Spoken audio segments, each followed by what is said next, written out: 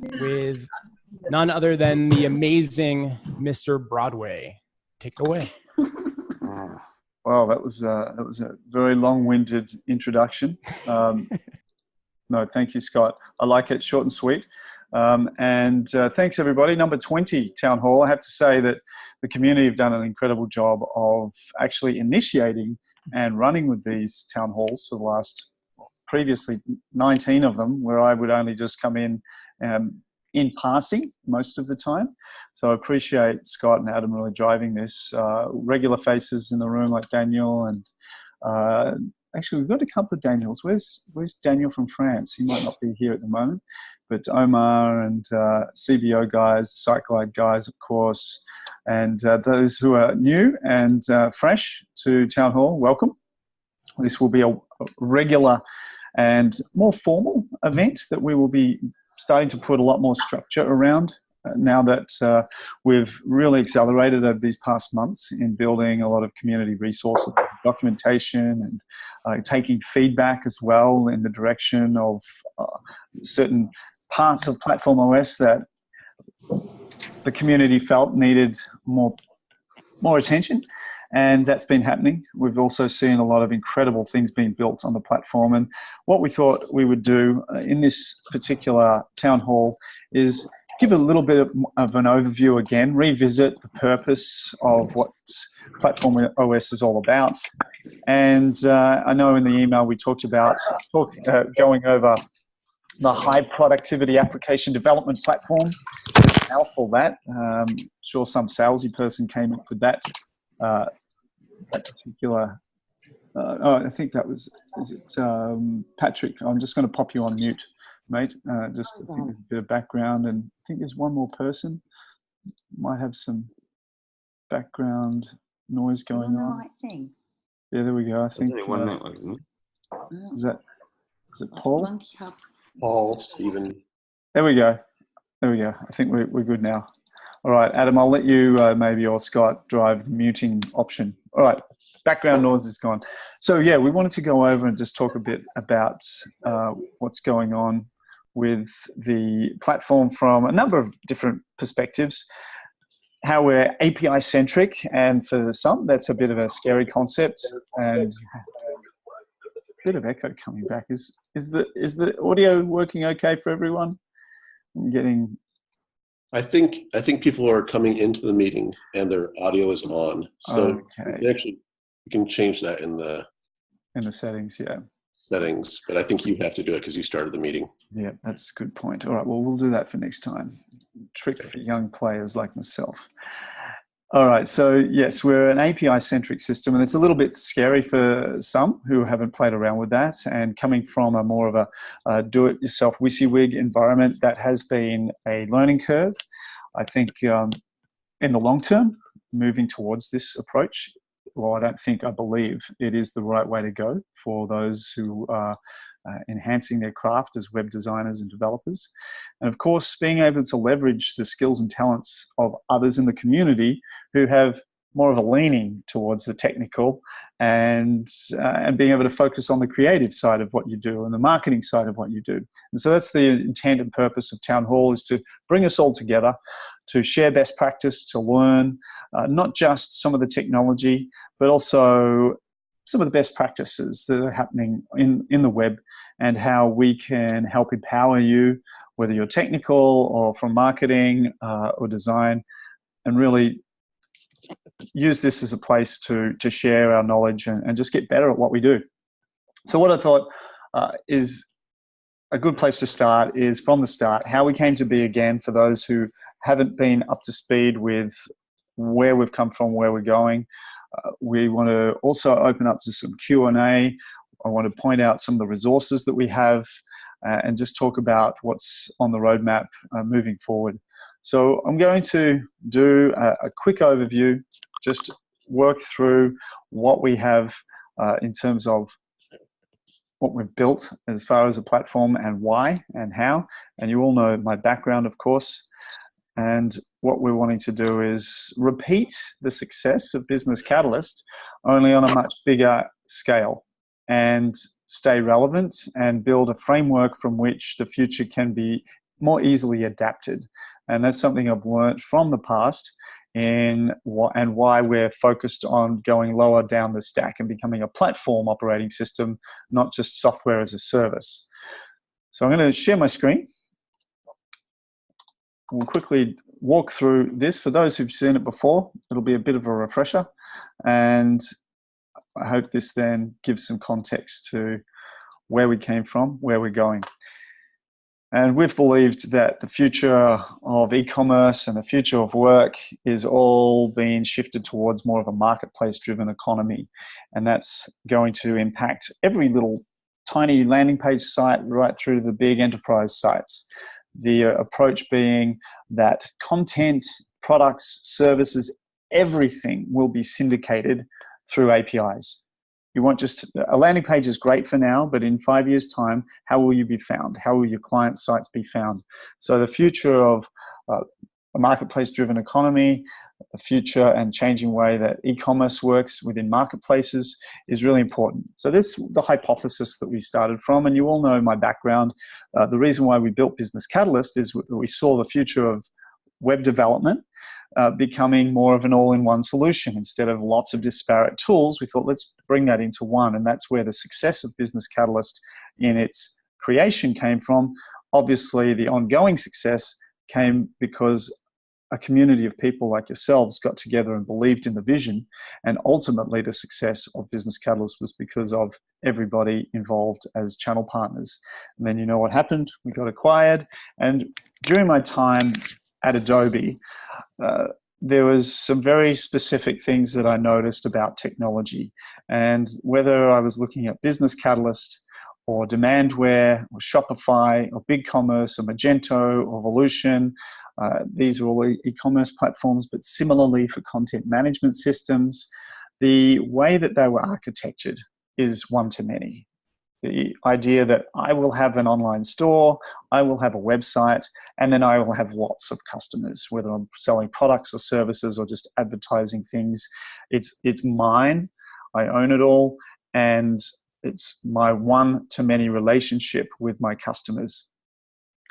Then looking across at other types of e-commerce, you've got your eBays, you've got your job listing sites like Monster.com, the Airbnbs of the world, and Airbnb of X in particular, TaskRabbit, Airtasker out of Australia is another example, Upwork, Odesk, Elance, Freelancer, Match.com, OkCupid, Etsy, Amazon, Facebook, LinkedIn, Meetup, Intel's own branded Facebook, and Hallmark's Keepsake Ornament community, both powered on PlatformOS. These are all fundamentally architectured differently. They're many-to-many models, and that's where modern web development is going. The idea of not being restricted to a one-to-many relationship, but being able to connect everything to everything.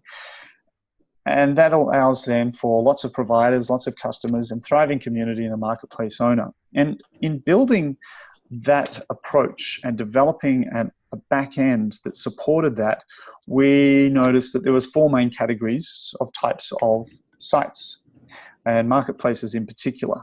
Now, I'm talking about marketplaces, but ultimately, whether it's a single page landing site, a complex learning management system, a CRM product, a SaaS business with content management on top, all of those can be built and powered on PlatformOS, and we'll have examples of that.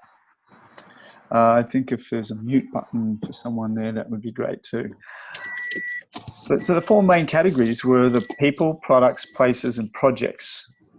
That is and I'm just going to see if I can bring up that chat panel because I'm getting distracted by the sound in the background.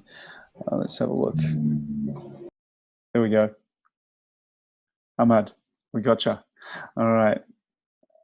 And so these 4 main categories is what we identified as major workflows and use cases that were being built on PlatformOS.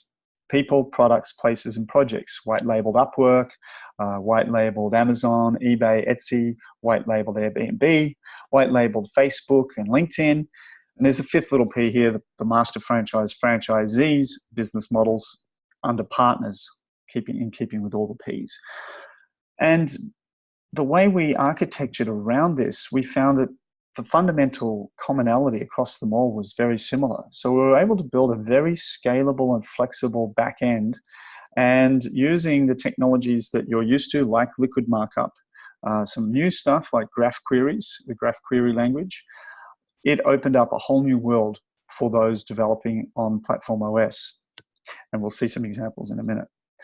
And so whether we're building private and public communities like a Facebook, or renting and sharing marketplaces, or a time-based billing service with subscriptions, auction sites, buy and sell e-commerce sites, whether we're transacting within those sites or not, whether it's through credit card or Bitcoin or corporate points or swap, or offline processing, that's all built upon a completely API-focused platform, keeping in mind that the future of the web isn't going to be just web pages.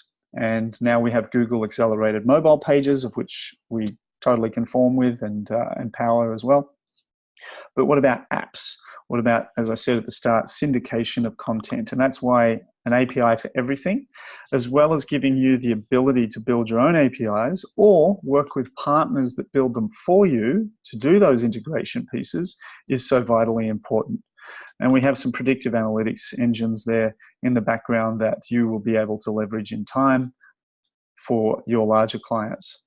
So let's just quickly go and have a quick overview on a few different site examples. Again, for those who've seen these before, it's a refresher, just so that you understand that the complexity of the types of sites you can build is pretty much unlimited.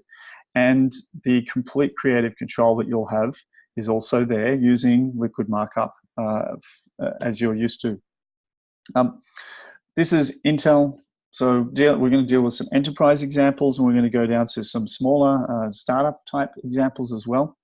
And then we're going to look at some channel partners and what they've done, a couple of examples, one from CBO and also the SiteGlide offering. And we'll look at our documentation.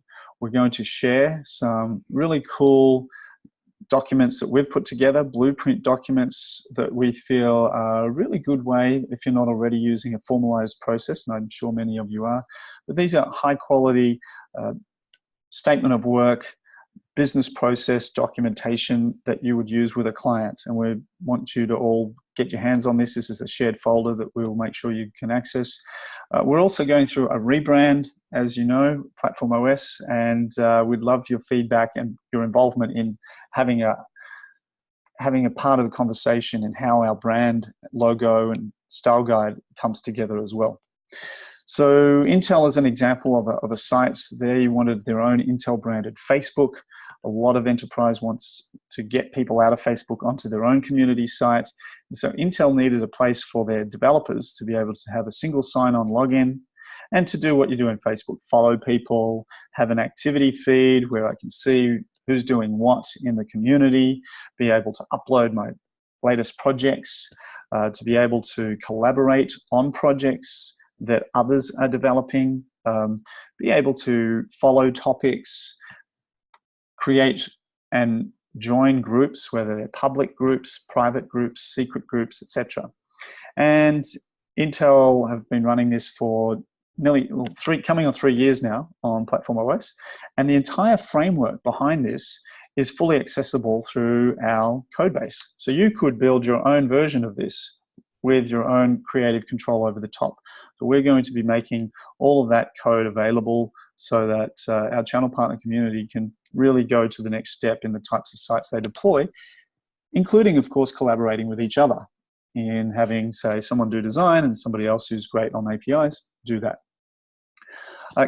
Hallmark, another example of a large enterprise client whose business model is this. They wanted members only to be able to join and pay a subscription fee to access this particular community of Keepsake Ornament Club owners. of which they then share all sorts of things. A lot of images being uploaded on this site. And from an infrastructure perspective, the scaling is just unlimited. If you have a client that needs to upload 10,000 images a second, it'll handle it. So that's something that we were very cognizant of when we developed the platform, is being able to scale horizontally. But in this particular example, you've got 47,000 members, thereabouts, all paying a subscription fee so that they can then buy more things from Hallmark. Great business model. Again, all powered through PlatformOS. You'll see that the theme is very similar to Intel, but that's because they chose that. And the next step for Hallmark is allowing people to sell products within the community to each other, just like Etsy. So we have a Hallmark branded Facebook. Now imagine a Hallmark branded Etsy inside this. Let's skip it to a different type of business model altogether. WeDo launched in New Zealand, and we had a big meeting with them last night because they were checking in on a post-mortem, if you like, of how the platform is working. This is the most successful business initiative in recent years for spark.co.nz. Daniel, you'll be Daniel Telfer. I've got to get your last name right. You'll be proud to know that Spark are crushing this. Their NPS score, they aimed for 30, and they've gotten 65. They were hoping for a few service provider signups when they launched. They've had a significant number. In 2 weeks, they got the same. They got half the number of signups that their competitor did in 6 months. So they're doing something right, and the idea here is that as a Kiwi, I can come along to WeDo, and I want a plumber, electrician, a gardener, somebody who can help me move, paint, clean. They've got another 6 service types they'll be launching, and it takes you through the entire workflow to get that professional service quoted on by validated professionals, certified, and their business model is fantastic. They're really happy. So we're happy to be part of their success. Again, the way this was all built is on accessible code that any partner would be able to build from. The Vault is like Rent the Runway. Here's shifting gears into a product-centric marketplace. And the Vault is like Rent the Runway, except they don't own any inventory. All of these dresses and products are uploaded and managed by individuals. Think of them as eBay super sellers. So when I find a dress that I like based on size, color, and style, and even who made it, the designer, I can go and rent it. And the integration with Stripe, the integration with the logistics pickup, delivery, and then return processes, fully integrated within PlatformOS as well. So e-commerce, in a complex sense, like a marketplace, the most complex the most complex type of models don't come with the dresses, Steve. All right. We can handle it. And from a configuration perspective, the frameworks that allow us to add new shipping providers, add new payment gateways is very scalable as well. So we're making it that certain channel partners will be able to insert their own custom modules, if you like, which are then available either for purchase or free to help other partners expand their available set of Lego blocks in the toolkit. So being able to build out some sophisticated site functionality without needing to worry so much about back-end coding is where a big chunk of our community are focused. So the Vault is e-commerce, a little bit more complicated than the norm. All sorts of other types of sites, like an expert witness exchange site where lawyers need to find subject matter experts to help them litigate a case.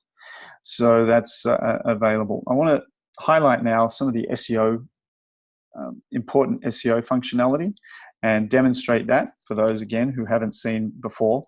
And I'm going to point to a relevant article in the PlatformOS docs on exactly how to build an amazing set of landing pages that are SEO friendly and that are automatically injected with user-generated content or whatever content that you have in a site onto specific landing pages based on keywords, location, whatever attributes you want to use in a URL. So let's go ahead and quickly use desks near me as an example. And I'm going to look for a spare desk in New York City. And what we'll see here is the #1 organic listing is desks near me. And desks near me spends 0 on marketing. And if we click through to desks near me, great, we've got an organic listing. Probably to add even more credibility, we'll spend a little bit of money on Google AdWords, because if you've got a Google AdWord for the keywords that you're bidding for, as well as the organic listings, that gives I think it's another 20 to 30% lift in conversion. But at the very least, making sure that we have our organic landing pages optimized. So we'll see on this page that there's a bunch of other keywords with links to landing pages. A search engine marketing company went off and researched that New York lease a workspace for a day were a set of keywords that people have been regularly searching for in Google. They're able to, the search engine marketer can ping a very specific API endpoint in PlatformOS and say, hey, here's a bunch of keyword clusters that I would like to add to this site. And then a front-end developer can inject those keyword clusters on any page and have a landing page automatically generated. So what we end up with is the ability to create literally thousands of landing pages and have interrelated pages and links that then inject onto those pages user-generated content or content from the platform, from the site, which meet those keyword requirements based on location and category or other keywords. It doesn't have to include location at all if you don't want to. So the New York lease a workspace for a day. Using incognito browser, you'll see we've got some ads, and then the top 2 organic listings is desks near me. And what we see here on this page is a specific design. You have control over the templates and look and feel, and even how the breadcrumbs work and related listings. But this is dynamically created, and the content here is injected based on the keywords in this URL. So now let's go ahead and we'll change that to Melbourne. And then boom, there it goes. It goes off and grabs content and injects that relating to Melbourne. So Google loves this stuff. It's all white hat. There's nothing dodgy going on in terms of SEO. It's just good SEO practices. And we've created a little how-to on creating SEO-friendly URLs, and then how you can create it and use a template to inject that content. Now, for those of you who are going, I don't want to do all that graph query stuff, even if there's some examples here, we have partners that are already doing that work. Adam Cook, Scott Reynolds have been doing amazing stuff and teaching the community. We then have our channel partners like CBO, who are doing mid to high-end site builds like the one they've done for the police checks site. And I'm just going to turn off my phone. And we also have SiteGlide, of course, which we'll get to shortly, doing some amazing stuff around turning everything we've done at the API level into a really beautiful front-end user experience to build web apps that go well beyond BC's functionality, to also help you with your SEO and take advantage of some of this stuff that we've detailed in technical documents and make it more of a no-brainer in terms of the UI and the user experience that they've created on the top of our platform. So SEO, really important stuff. There is, of course, Google AMP. People have been talking about accelerated mobile pages, and we have some great how-tos on creating static AMP template sites, dynamic ones as well, if you're wanting to comply with Google AMP. We've also got some cool things where I think next week you'll be able to use the user agent filter in Liquid to spit out AMP sites if the user agent is a Google bot, But if it's a normal browser, not necessarily use AMP, because it's actually a little bit slower than what you get from some other technologies that we also use. For example, on our documentation site, it loads the entire document and the entire site content, and as you can see, really, really, really fast. That's better in terms of user experience than a tick in the box for making sure that every page on your site is Google Accelerated Mobile Page compliant. So you can get the best of both worlds. You might be able to say, hey, if it's Google indexing my site, here's the AMP version of that content, which it caches, and then link back, have a canonical link to the main page. Quite acceptable in SEO. Google loves it. And then your user experience for people actually on a browser, on a mobile phone, on a desktop, or on an app will get it as fast as possible, whether or not it needs to be in an AMP format. So a little bit there on Google AMP. I mentioned CBO, and I just wanted to shift gears to highlight that channel partners are deploying sites live, lots of them, from this national police check register thing, which is really cool. The way they've done it is all on PlatformOS with API connections to the national identity and police check register. Very seamless, and they built that very quickly and turned it around, and it's all production and live out of the Sydney data center. Other partners, like we have our friends at SiteGlide working with UiPath, a $1 billion plus business who are building 4 different projects on PlatformOS. And I think Luke's in the room, he'll attest to these sorts of deals being some of the biggest they've been able to win due to the ability and the flexibility that PlatformOS was able to provide. Talking about documentation again, everything I'm mentioning, we are adding more and more how-to guides. We would love to get contributions and feedback on some of this. You know, was this helpful? No. Contribute to this page. Click, go into GitHub and change it. And then we'll accept the changes if they make sense, and we'll give you kudos for it. So if you've got a GitHub account, you'll suddenly see yourself being listed in the page content. And I'll go over and find one that actually lists the icons. But it's not in the user guide, it's somewhere else. Let's have a look. It was there before. Oh well. I assure you, if it's one of you guys adding content changes, you're going to get your name up in lights. So that'll be great to have your contribution. I wanted to just give a shout out to Daniel. There was a demo that Daniel did at Townhall last week with some autocomplete code snippet shortcuts where you would go into your favorite editor, and I think he was using the source code, Microsoft Visual Code. There's a chat coming through. I'm going to confirm. Yeah, it was Visual Studio Code is what I did it in, but we can port it to the other things like Sublime and stuff like that. I haven't done it yet, but just trying to weed the bugs out of it first, and then we'll get that so everyone can use it on different systems.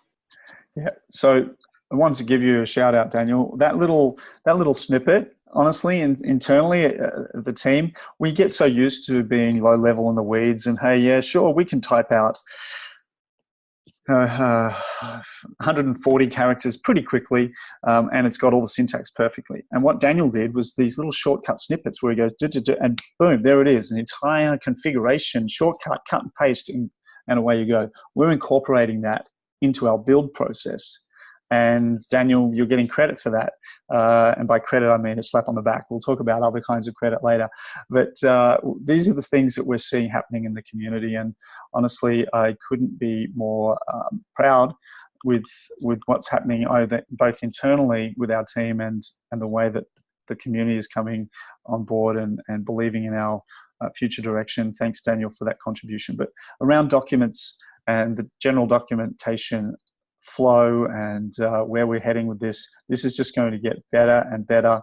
We're wanting to put up, how to build not just AMP pages on PlatformOS, but here's how you can install a blog module, one that is completely flexible and in terms of speed will outperform your WordPress competitor. And yes, we've got import routines for WordPress and HubSpot as well, which we're going to make available so that migrating from other platforms, including Shopify and Magento, are also going to be available for you. But the contribution from partners so far has just been phenomenal. I can't express my gratitude more. And we'll hopefully see lots more people involved in some of these document updates. And don't be scared by things like GitHub. If you haven't used it before, do it a few times and you'll go, oh, this is cool. This whole version control thing is really important. It's going to save your bacon in terms of going back to revisions, fully working sites, that the FTP rollback functionality or archive that we had in BC couldn't or doesn't do, including collaboration and merge conflicts and code review and all the things that really are important for the future of web development and the ability to deploy to a QA environment, or maybe one of your 15 different staging environments if you have a spread out team working on different parts of the site, right through to a push to production and automated test scripts being run for regression checking, all of those things, constant integration if you're using CI tools, all of that is fully available for you with the PlatformOS approach. Something else I think I did mention, I mentioned the blueprint documents that we want to make available. The idea being that you'll be able to go to clients, whether it's for a marketplace or anything else, and take them through a process, business logic, how you might go about running a project, and hopefully this can be very helpful, including the blueprint details document, which is quite lengthy and helps break down the project into its logical components and parts, and to help you with some of those more onerous clients who don't quite know what they want. They might be a mid-tier or enterprise client who needs to be really managed tightly, otherwise you'll find that your fixed price bid ends up costing you money. Or you're making $2 an hour instead of the hoped for $125 an hour that you might have been hoping for. So these sorts of process documentation can help lead through to a successful 80-20 rule. 80% of the planning up front, 20% on execution of the design and implementation. And we want to get this in your hands and also to get feedback on how that can be improved. We talked about, and we've run a poll, a huge sample size of 5, I think, so far, respondents. And I think the jury is in that people want to know and experience and get some feedback on how to position or reposition your agency to work with these higher end, mid-tier and enterprise clients. And it's not rocket science. Everybody's a human being at the end of the day, but there are certain nuances to enterprise deals that are different from a landing page site for a client who is complaining over $5 a month hosting because they can get it free from Google hosting. It's a different sell, a different positioning, and moving yourself up the value chain is something we would like to help you with as well. Partner Portal. Partner Portal is a design work in progress, but functionally we are able to, I mentioned multiple data centers, we're able to create now entire infrastructure endpoints, as we call them. Let's call them regions. And in each region, we can have many, many hosting environments. We can create as many as we like and ring fence them to specific partners. So if a partner, one of you have a client that's maybe big government or health and you need HIPAA environment, we can spin that up and allocate that to you so that every site you create within that endpoint is on that dedicated infrastructure. Obviously, there's cost involved in servers and overages, but it's just to help you think that in the future, with some of those larger tenders where those requirements are required, we can meet that need, and all of the DevOps and all the scaling and failover is taken care of. So we can create these sorts of hosting environments, whether it's QA or staging, production, only display certain ones to certain partners or even individual clients. And then from your partner portal perspective, let's go find Adam's demo partner portal. Got a couple of instances. I can add a sub partner. I can add my users. I can create instances or sites. And in here, this is where we're going to be able to create an instance, choose a region, and give it a name, and also seed that with an initial site build. Now, Partner Portal is, as I said, a design work in progress, but the power of it to create instances, to give permissions to other users and partners, and by users I mean the technical user, the designer who is deploying code to the site, separately from individual contacts in the individual site. Those technical users can be allocated at a site basis. So as a partner, you might want to work with a number of other technical partners and give them explicit access to a specific site. Or in the case of SiteGlide, if you're working with SiteGlide, you would be a sub-partner underneath them. And that gives some specific permissions for their team to be able to very quickly and easily deploy code, build sites, and their really awesome admin that allows you to build web apps through a UI very simply and import possibly from some of those BC web apps that you're migrating clients over from. And this then can take away the complexity that you have currently if you were going directly to PlatformOS. So there's different options for you as a partner in terms of working with us. Luke, you're there in the background. Did you want to just say any quick words as far as how things have been going for you with some of the BC partners that have been on the SiteGlide solution? Yeah, sure. We've had some really good chats and responses from partners. Thank you for everybody for signing up for a beta account and giving it a try. Yeah, we've got a roadmap of trying to make sure we offer the bare features or the bare minimum features that you expect from BC to start with. And then we're going to be really looking at all the exciting stuff we can do with PlatformOS, some of those SEO features that we looked at, Adam showed earlier. So yeah, more feedback the better really at the moment. And yeah, I mean, yeah, we have a feature that Adam's highlighted there called Visual Editor. I think that's a really exciting one for the end client. So you can actually give the client a view of their website. They just load the website and they can edit all the content on the page. So if you haven't already got a beta account, then feel free to just drop us a message and get signed up.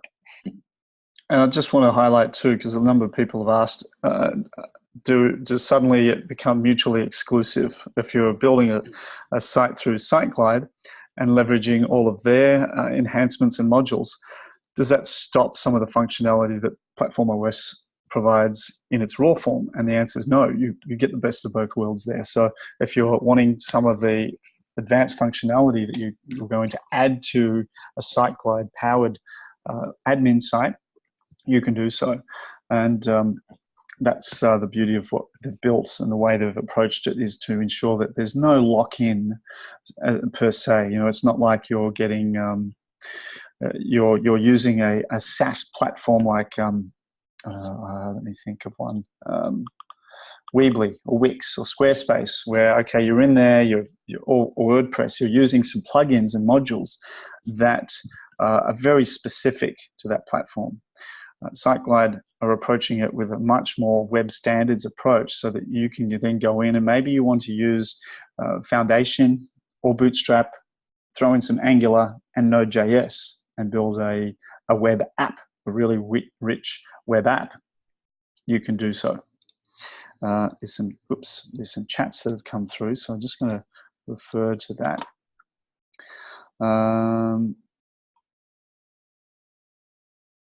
Let's have a look. No questions that I've noticed there so far.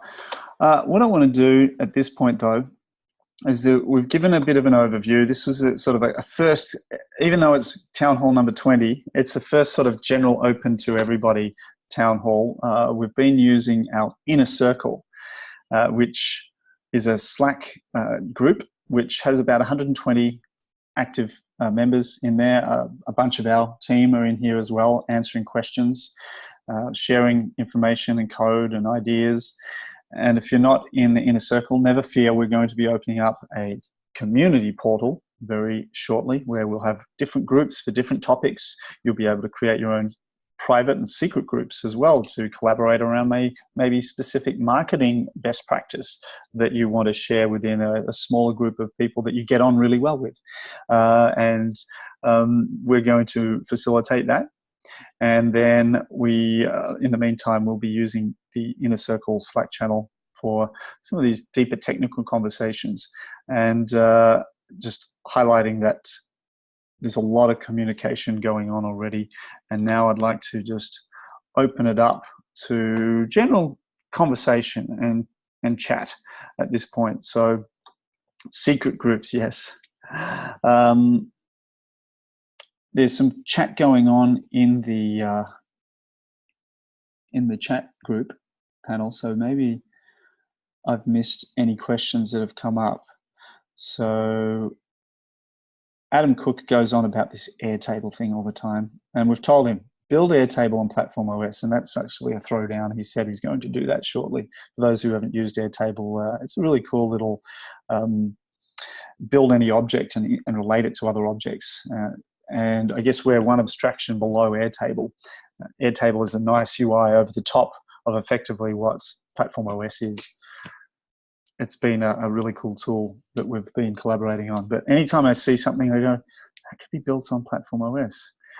I'm sure we're going to have a lot of modules. Oh, as you're thinking about a question, and please throw that out into the chat, modules has come up as a point of discussion. And when I say modules, I'm talking about full-fledged functionality.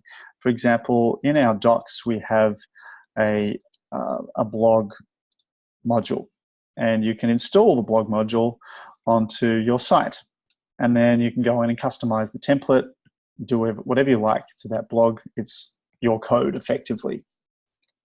So what we have had requested, and this is by channel partners who want to build really sophisticated functionality, but then if they were to sort of open source that somebody might take it and search and replace a few words and then sell it as their own without giving credit or even paying for the intellectual capital that went into developing that. And we've seen it with in the past with certain BC partners that took other partners' stuff and kind of repurposed it as their own, and it's not great. So how do we mitigate against that?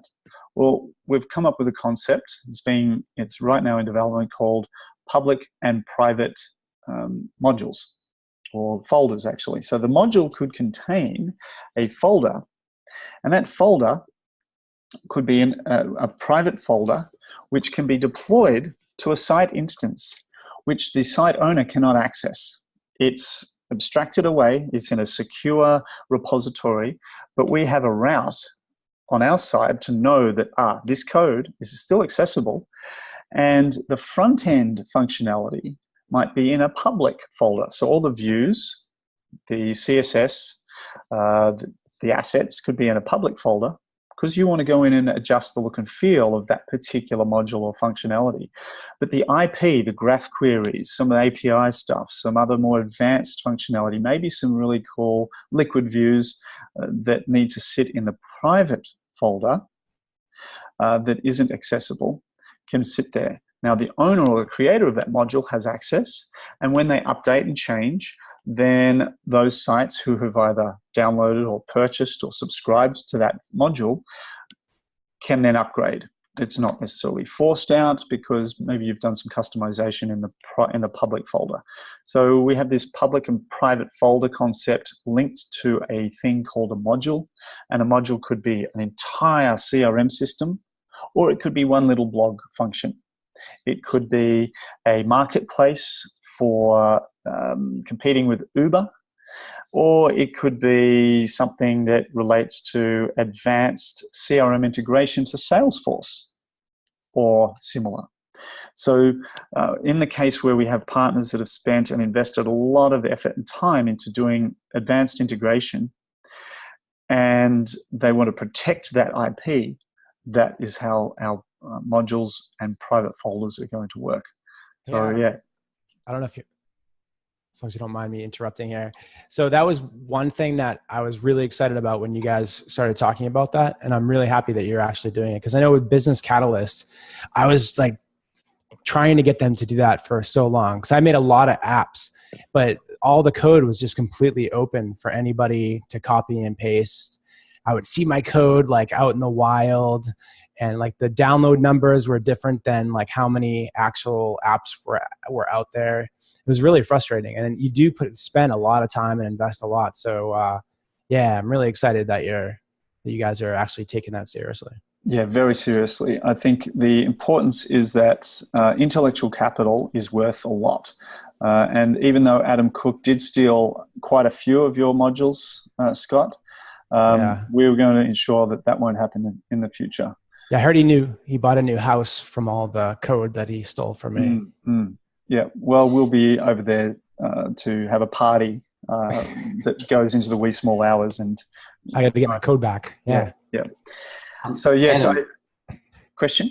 Oh yeah, I've got another question regarding the public and private folders. So we're talking, it's sort of inversed around. Obviously, it's not a public folder with private folders in it. It's a private folder that can have public folders within that private folder, because obviously there's going to be, depending on which way it's structured, to me it would seem that it would be better that it was a private folder, and then you can have public folders within that to allow data to come out. Whereas if it's the other way around, what you end up with is a scenario where you can't actually, everything's got to be modularly done, and you can't actually get data out of it properly because it's kind of trapped in this thing, which means the structure of it would have to be more. Do you know how that's going to kind of work? Do you understand what I'm kind of like? I'm trying to wrap my head around the points, but so. Well, if you've got a private folder, so if you've got a public folder and you've got all this code and you put private folders into it, then you can lock certain things down. But so think of the public. So when we talk public folder, think of it in terms of Marketplace Kit and your folder repository. So a public folder may contain a bunch of liquid views, which actually aren't truly public. So when we're talking public and private, we're still talking about server side before it's rendered. So certainly a public folder could have assets like a CSS file or an image or that type of thing, which has direct access. But if it's a liquid view in a public folder, then you can't access that unless you've got the logged in credentials to access that asset. Sorry. What I'm meaning is, it might be on a different wavelength. I'm meaning that if you've got stuff and you put it in a private folder, then there's no way to have something. Is there a way to have something within that folder that's public? Well, think of the module as the private folder. So the module container is a unique identifier for that piece of functionality. So the module is the grouping of a bunch of files. And inside that grouping, that module, let's call it Advanced CRM. In the Advanced CRM, and it'll be a unique name because every contributor adding a new module needs to know that that's their particular unique module. So we don't want name clashes or anything like that. And then versioning, of course, of a module, because you might come in and upgrade and change some things. So the module is like a private folder. Think of it as that way. So inside that module grouping is your public and private folders. So I think we're talking the same terms. It's just there's the idea of the module itself is the concept that you're now equating to a private folder in which there's a public and private folder.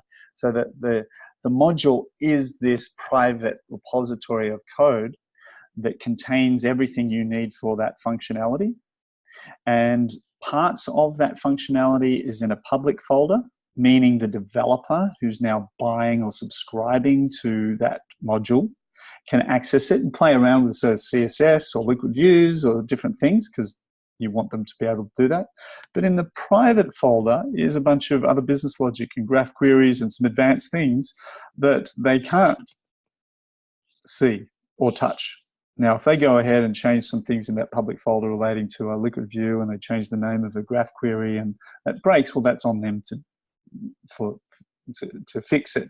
And again, that's where version control comes in. Thank goodness you can roll back. But I think, does that answer the question or clarify that the module is the private folder unique to that piece of functionality?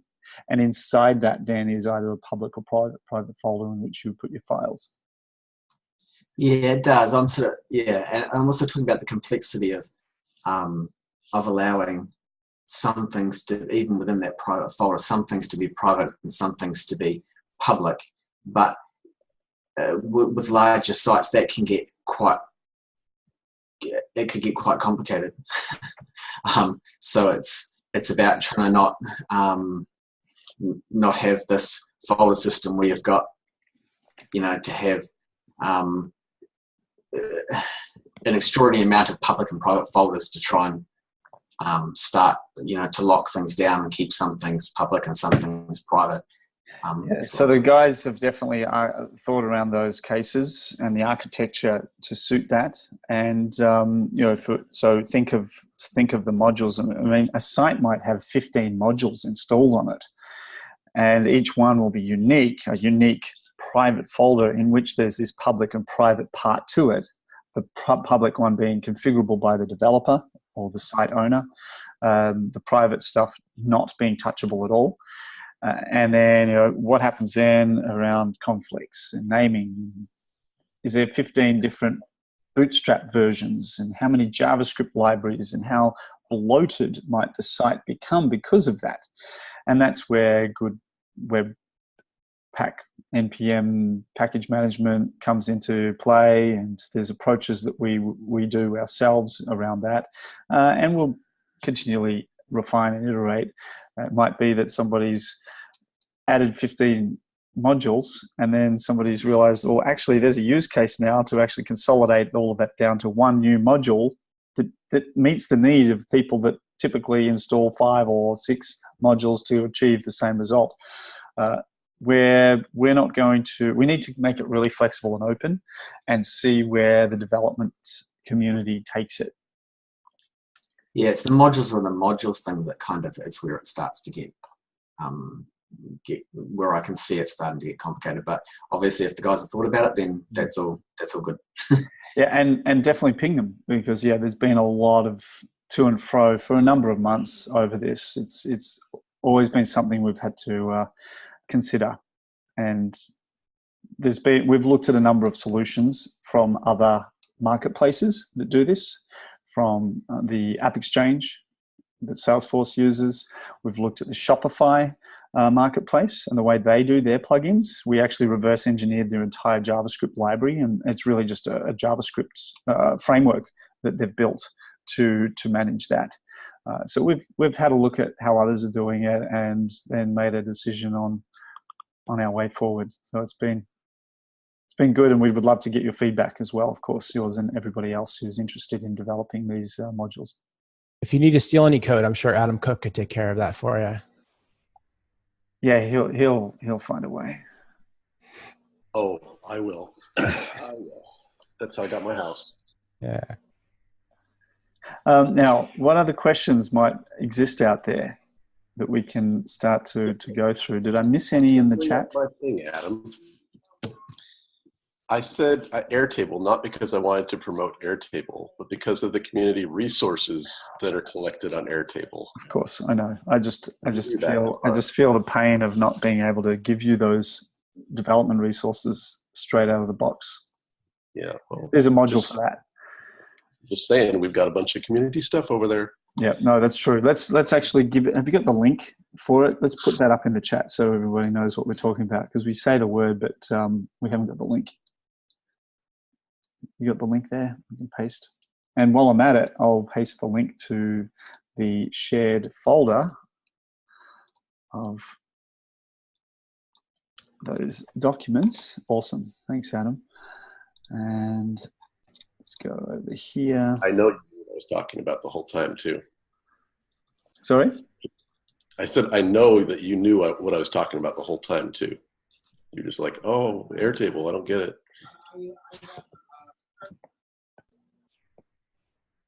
There was another question.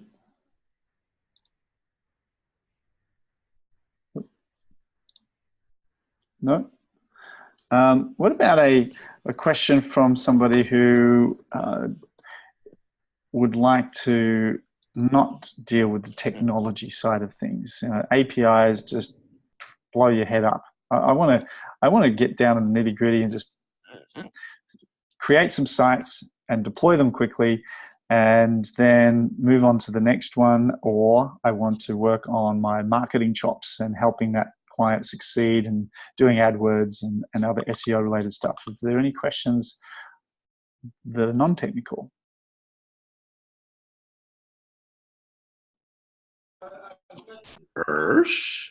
While people are thinking of that,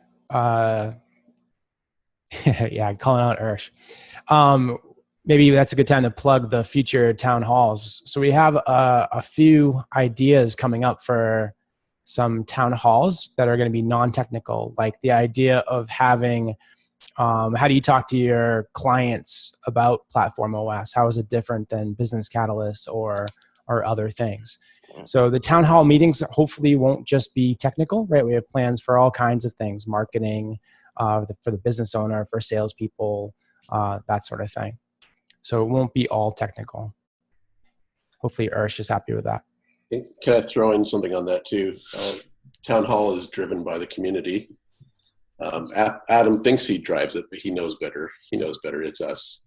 And so these meetings, if you guys want something, if you want to talk about something, or if you have something you'd like to contribute with that's non-technical, just bring it up and we'll make sure you get your voice. And if there's a group of people who want to talk about things that are a different kind of technical, it's not non-technical, but different kind of technical, then we can give them a forum to do so. Maybe like they can have their own meetings if they want to, or whatever. But just whatever you want, just talk, and we'll make it possible for you. Yeah, here's a good example. So I'm not sure if Omar's in the room or not, but he's going to be showing off some of the stuff that he's been working on. So it's also a good place just to see what other people have been up to get ideas or trying to figure out what you can do or what you can sell with PlatformOS. Omar, are you around? Yep, I'm here. So we'll be showing something hopefully by next week. Awesome. Looking forward to it. For sure. And you know what we can also do is share and brainstorm around maybe specific client problems. And I know that back in the early days of BC, a lot of the tech webinars that we ran were partners who came in with, look, I've got a potential client. This is I'm not going to say the name of the client, but here's what industry they're in, and this is the sort of thing that we need to achieve for them. And there was some brainstorming that went on, and we solved a lot of problems that way. In fact, I know a number of partners that then got into very specific niches because they did become expert in a particular industry segment, and the community actually helped them bootstrap into that through conversations, through the Q&A webinars that we ran. Of course, we'll be opening up our own marketplace of channel partners. So the marketplace will be the community site, which if we quickly share the screen again, just revert back to, similarly to what we have with DevMesh, is there'll be thousands of channel partners. Those who came on early will get more karma points, and we will be able to make this available to the world to find the best partners for their problem, whether it's around SEO, marketing, copy, etc. And what we want to do is make sure that we make it easy for you to grow your business, whether you're a single person agency up to a large mid-tier and enterprise agency. It really is down to the community, and we need to make sure that the community site facilitates clients, potential end clients finding you. So we will want to make that available. Obviously, it'll be opt-in, and that's a way we want to promote you all too. Ursula's got a question for SiteGlide. And I think there was an earlier question as well from Mark. Yeah, I've half replied, but it'd be good to discuss that as well, actually.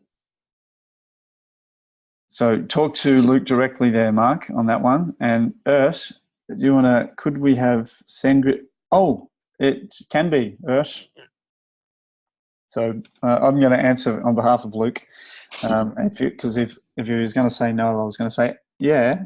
No, but actually, I know that Luke and I have already discussed this. We are going to be able to, and we're doing this actually. Oh, something I need to tell you all. We are in big discussions with OpenSRS to create a one press button to move BC mail SRS accounts into a PlatformOS account, of which you would be the owner or your client's owner. They have no concept of sub accounts, so that it's just a parent-child relationship. But they said in my conversations with them, I won't share the email because there's a bunch of other technical stuff in there, that we're able to take care of it on our side. And so I thought that would be useful to let you know that OpenSRS is also going to be introduced. And we may not be making that available for all of our other partners, but I think for BC partners, it's important to do. Integrations was the question. So social providers, reCAPTCHA, SendGrid, Imagine, and right now, by the way, we've got Twilio, Stripe, PayPal, blah, blah, blah, a whole bunch of other things. When it comes to SendGrid, if you take a look in the documentation and search for MailChimp, there will be an article on how to integrate with MailChimp. And if it doesn't come up, which it didn't, that's because it hasn't migrated from our support article. And for the support team, we'll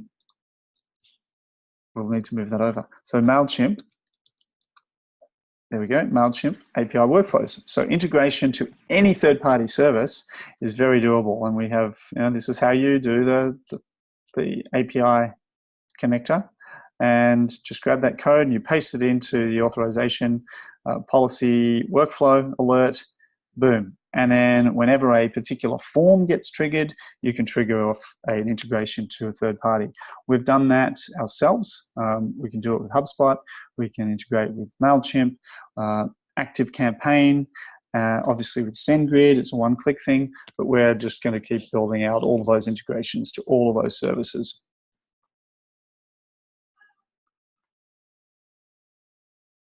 And Shane has said they're giving a link out to the open source admin that they've developed as well. So something that they did, how many weeks, a month ago or so?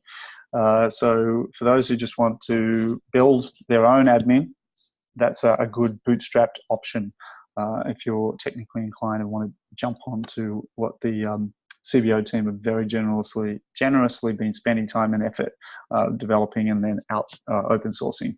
I think their style guide is available as well. Any other questions? Let me go back to that other document page because see if the other guide is there. JJ will have that for us. So as far as the how-to integration guides for integration Slack, SendGrid, reCAPTCHA, there'll be one for MailChimp, which we have on our old site, moving over, and there'll be one for ActiveCampaign as well, which is really easy.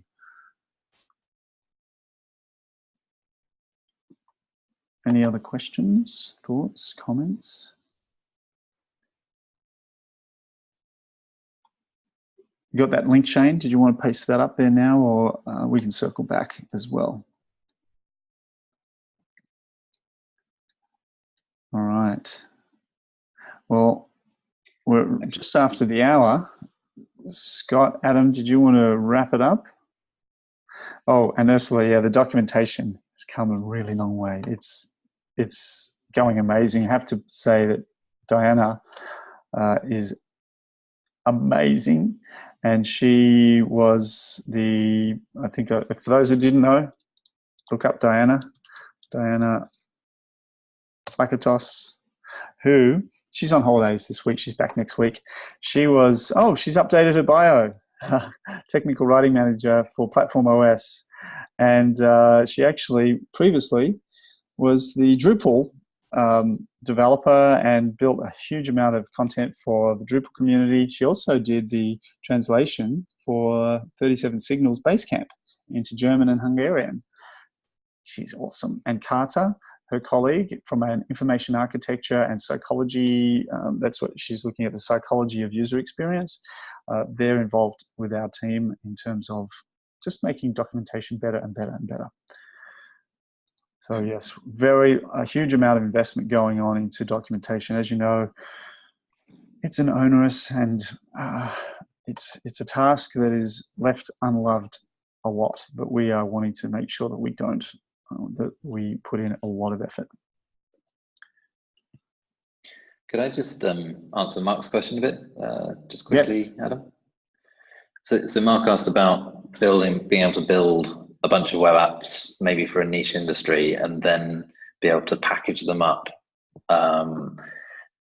to use on lots of sites. Hopefully I've understood that correctly, but it was a really nice idea, and I think that's where modules come in really well. So we're building our UI to be able to use all the features of PlatformOS, and one of the things that we're really excited about is the modules, private and public modules, and allowing people to build their own modules and get the community to really work together on offering those different modules and making them available in SiteGlide, I imagine in Chains admin as well, because you've got full control of that. So I think you'll start to see that there'll be this community of just cool things being built that then can be available in admins or to deploy into multiple sites. You could replicate sites and templates from it. I think there's just a huge possibility there really for the whole community. Yep, definitely. When we do see that as a really important part of the community's trust in the platform to be able to protect intellectual capital and ideas and effort, and to be remunerated or not. And maybe you give some away, maybe you're charging a one-time fee or a subscription to the use of those modules. But definitely the first step is creating a framework to protect and easily disseminate that functionality. React development guide. It's not that difficult, but we could add some Webpack file configurations to automate things without the need of manually moving files. So funny you should ask, Marcel. There is a conversation, and we are going to have that very guide and the code for React admin very soon. We just put together something very basic to help springboard everybody forward. The reason why we did that was to drink our own champagne around our migration off of HubSpot, which currently we've been using for a little while. And we've been using that for our lead capture and management and email. And we're moving all of that over to PlatformOS. And we have a migration script that's been created for it. So PlatformOS and the blog we have running. And it was all migrated from our HubSpot site. And all of this is just a module that you totally have access and control over. And we then went, okay, now our admin for CRM. And we have built that in React, and we're going to open source it. So Marcel, chime the question, and I'm glad to be able to say that we will have a working version of that for you to tear apart. We'll put up a GitHub repo and you can download it, clone it, add to it, contribute, whatever you need to do. So, and then we'll document it as well.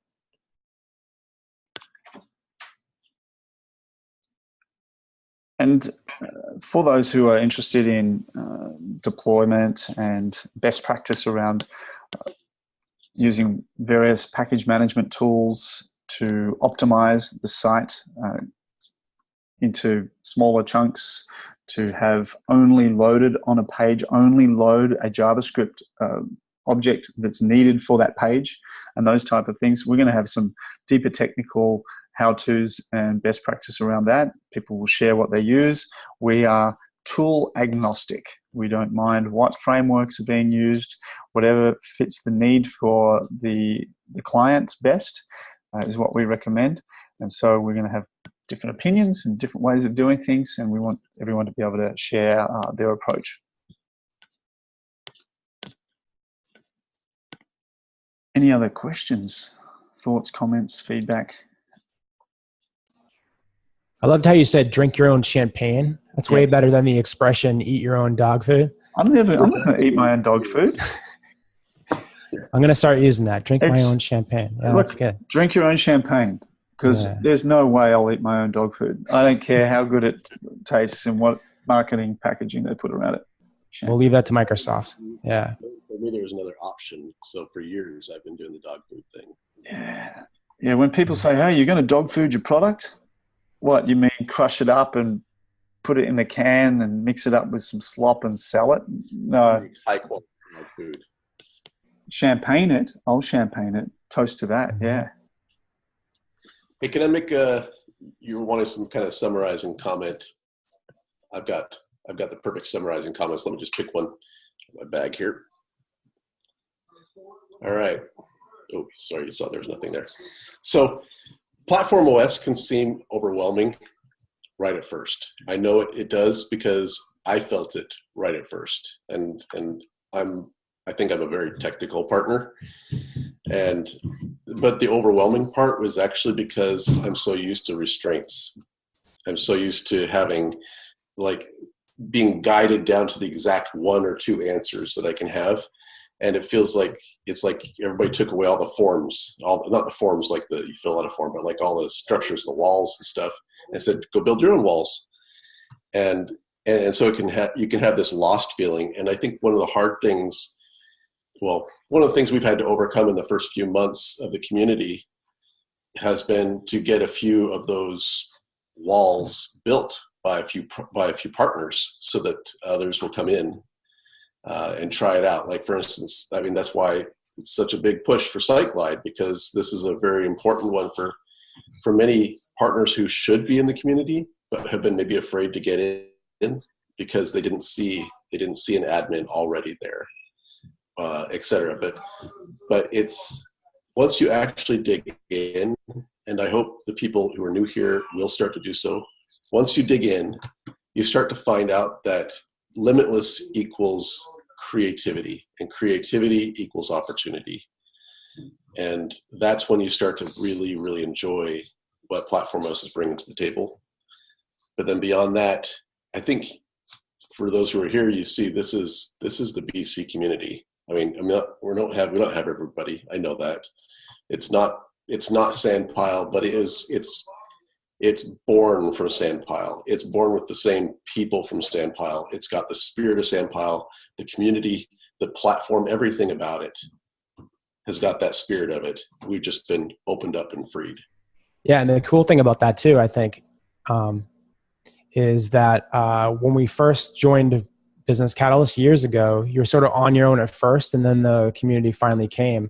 Here, it's like the community is already here. Like, I probably slacked with 5 different partners today, and an engineer, right, Pavel.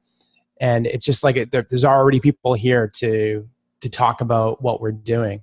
And so I think that's actually an advantage over what we had in Business Catalyst when we first started, wouldn't you say? Oh, that's great. Well, I couldn't have hoped for more, honestly. And it was, timing-wise, for everybody and myself, a bit of a shock. I have to say that our focus on at the big end of town, the enterprise clients, is an alluring place. The ability to do those sorts of deals is very enticing for a development company. But we've stuck to our core value, which was to build a platform and not just chase the big end of town bucks.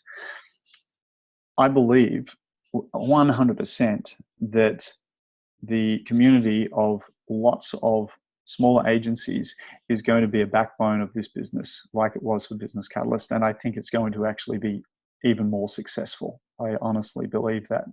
And we see it through the validation now of the bigger clients that are now trusting to run their entire communities on our infrastructure. So I think we're going to have the best of both worlds now. So thanks for those comments, guys. I appreciate it. And we just want to maintain the trust. That's an important thing for us too. So to hold the fire to our feet when we're slipping up, we might get distracted, and we need to make sure that our communication and transparency around what's going on is made known to the community. And I think that's why I'm so happy that we've been able to have some of these quality conversations and have you all involved. Kareem asked a question, and being a features guy that I am, I have to go and answer the question by demonstrating very quickly the answer to his question.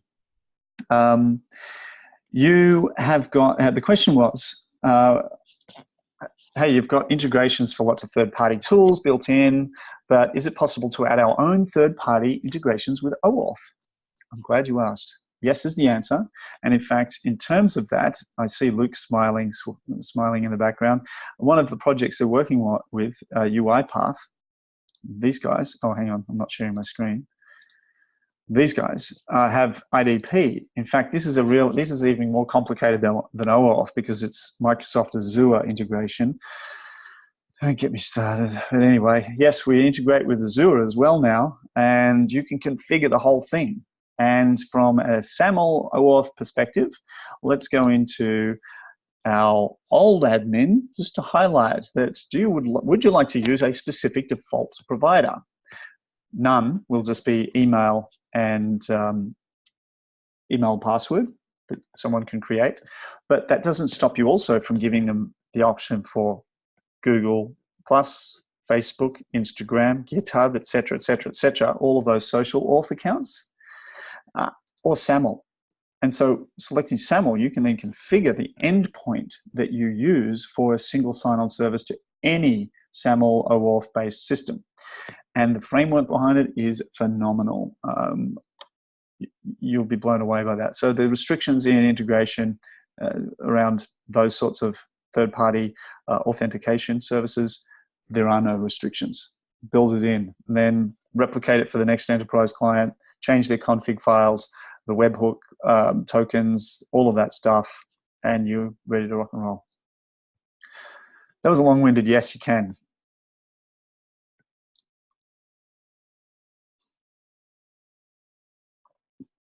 Luke can probably mention some of the things that's going on with the IDP integration for Azure. It's been a well-fought battle over the last 3 or 4 weeks, and we've come out the other end winners, and we have a very scalable and reusable framework for that now, with a direct enterprise client with over 100,000 users that'll be authenticating against that. Yeah, that's been a really interesting one to work on, but it was the PlatformOS end that was just the easy bit, really. It was the Azure side that was a little bit more challenging. And I mean, I think in the first week we started working with PlatformOS, we took our BC APIs that we built like a bridge to BC, and we had imported a web app into PlatformOS just as a sort of proof of concept. And it just showed how quickly we could work, because everything's API based. So if you're either doing integrations or want integrations, I think that's one of the strongest points, really. You can do whatever you want.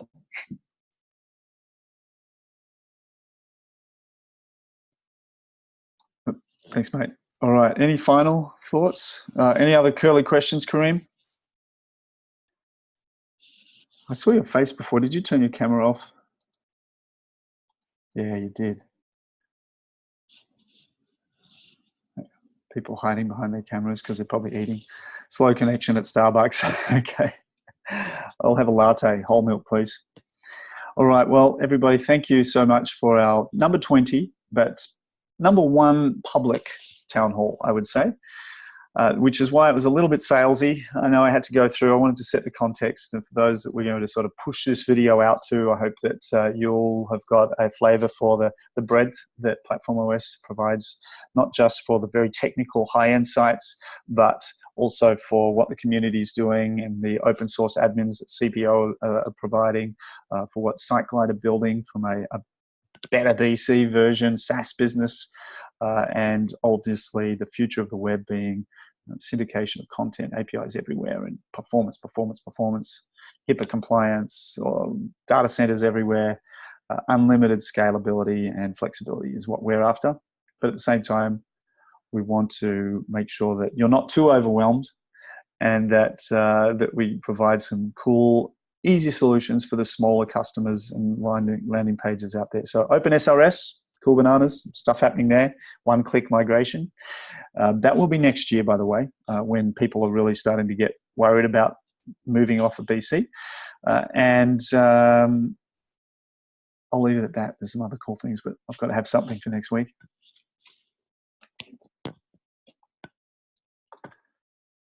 Take us out, Scott. Well, you know, one thing I always regretted that we didn't do in BC Sandpile is have intro music and then outro music. So I don't know, picture some like crazy guitar right now as we all leave. And yeah, you'll be getting emails about what we're going to be talking about in the next few weeks. And we have some really cool stuff coming your way. So yeah, come back. Just looking for that crazy guitar riff. Let's see what I can do at short notice. I had the Benny, is it Benny Hill? Oh no. No, don't. No, stop. No Benny Hill. No. You could always show if we're on your video with the guy in the glass of water. With an instrumental piece called Gratitude, please welcome Amen Tufani. Okay. Whoever that is, Eddie Van Halen. Yeah, Stephen, that's a good choice. Jack, it will be at this time for the moment. Oh, wow, they're shouting out for Scott Reynolds. It will be for the moment. This guy's talking a lot. Let's get his guitar going. It will be at this time, but we're going to also be cognizant of our UK friends. My team is actually UK based, so being able to have a different time zone is important. Okay. This guy's... Oh, here we go.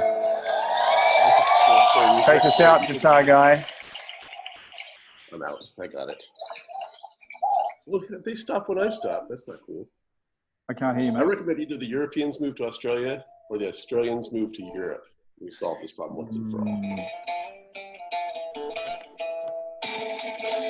I agree. All right. Well, without further ado. Spanish guitar. Perfect. All right. See everyone next week. Yes, Ursh, Dave Hagblad. We'll get him to do the outro music for us. That's a great idea. Cheers, everybody. All right. See you guys. Bye.